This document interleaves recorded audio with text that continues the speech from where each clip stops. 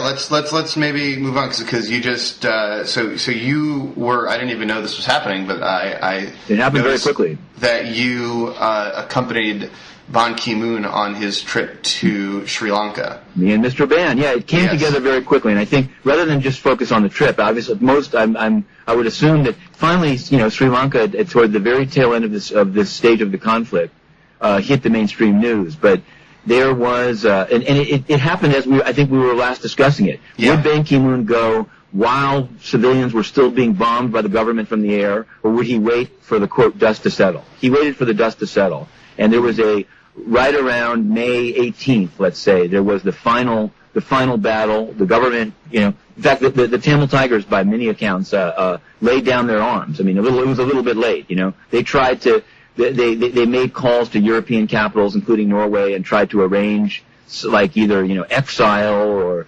or a giving a laying down of arms to the United Nations in exchange for protection.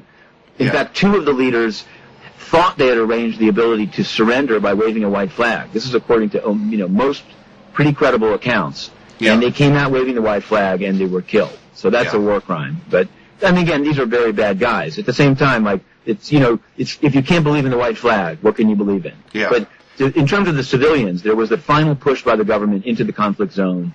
They did find, and they, according to what the Sri Lankan say of DNA, kill the founder of the LTT. So immediately thereafter, it was a Tuesday, I don't know how long ago this is now, maybe it's almost 2 weeks ago now, the president of Sri Lanka returned from a trip he made to Jordan, unrelated, and gave a victory speech and said, the war is over, my Tamil brothers, I offer you protection, and very quickly, Ban Ki-moon scheduled his trip. Yeah, they came down. And again, I guess say more about it. And so they, and to their credit, they said, journalists, it's very short notice, but can you accompany him? I didn't know if I would be allowed to go, but I'd asked a lot of questions here on it, and I heard that there was some dispute of not going, but we went.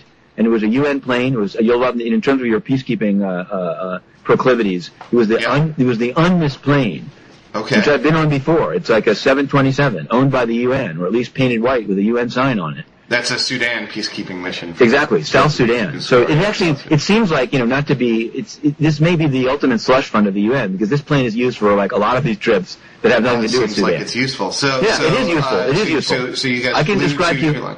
Yeah, I can describe to you, I guess, and I'll try to I mean, I wrote like 5 stories, the day of the trip, the day we were there literally for 24 hours, which was kind of ridiculous. So I mean, just take us through. So I mean, I know in the press accounts I read, I saw a quote from the Secretary General saying that this is, he's saying, he's seen a lot of bad stuff in his life, but this is probably the worst thing he's ever seen.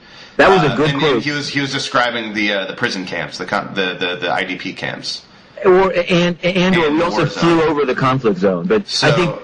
Well, okay, I won't say that. That was a pretty. Having been there, that was a good quote. He made some other quotes. What was the exact quote? It was like, you probably know better, but the gist of it was, "This is the worst thing I've ever seen." Yeah, and I've seen a lot of that stuff. Yeah, and which was really striking. But so basically, I mean, the problem was, and there was a recognition on the plane as we approached Colombo. 2 of his advisors, Lynn Pascoe, right, the head political advisor, head of Department of Political Affairs, American.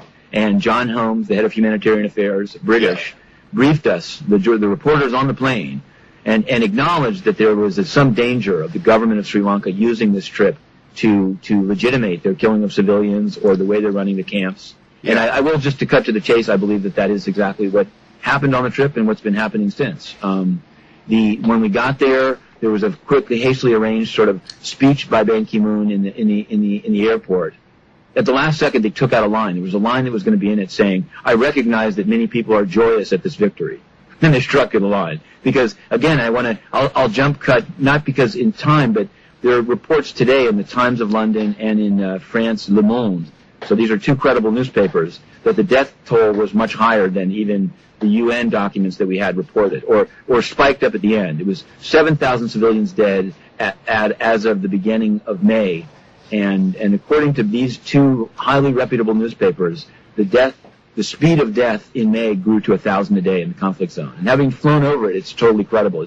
I was sort of amazed at how closely packed together these tents were, and the idea of bombing from the air this place. It's impossible to believe you wouldn't kill civilians. But so basically the big day, the 24-hour day, started in the morning on military helicopters. We were flown to Manic Farm, which is the largest IDP camp in the world, according to John Holmes. Yeah. Oh, more than 200,000 people packed in 4 zones of what was basically just a jungle area.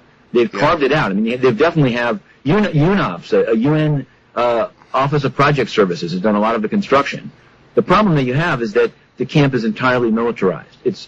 Each section is surrounded by barbed wire and armed guards. Mm-hmm. And of the people we spoke to sort of get to the chase, rather than just describe like how bad the conditions are. Yeah. People that we spoke to, and there was a UN staffer that speaks Tamil that came, and I feel translated pretty objectively.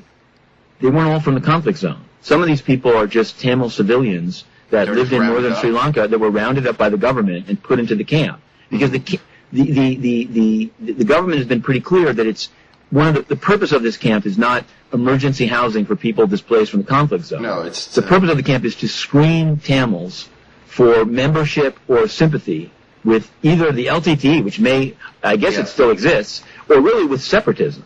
Yeah, well, figure if you have been rounded up by your government and put into a concentration camp, when you have sympathies towards, towards separatism. That's right. I mean, seems reasonable. Korematsu, I'm thinking, right? I'm sorry. I mean, I'm going up thinking of like the way Japanese were rounded up. But this is the thing. The difference is that the Tamils, and I've learned a lot more about it. There are these competing arguments of like who got to the island of Sri Lanka first, the Tamils or the Sinhalese. But whatever. Yeah, like the only thing that's really besides the point. But it is besides the point, except that it becomes part of.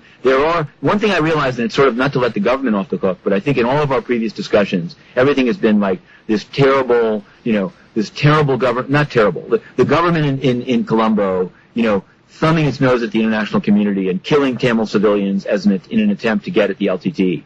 But there's a much deeper and longer running problem in Sri Lanka, which is, deep-seated ethnic turmoil between the majority Sinhalese and the minority Tamils. And it's actually, a number of people have said to me, like, the government is in a tough. It has to please these Sinhalese Buddhist nationalists. Right, so but like government said this a lot. You hold governments to higher standards than you do terrorist organizations. Which is why. You hold Israel to a higher standard than you hold Hezbollah or Hamas, which is why, again, you hold a government like Sri Lanka to a higher standard. But I think my point here is that I think that the problem with the UN's focus simply on the sort of the final stage of the conflict, and as soon as we got there, everything was like, okay, now it's the post-conflict phase, and the UN can be relevant. We've got the money.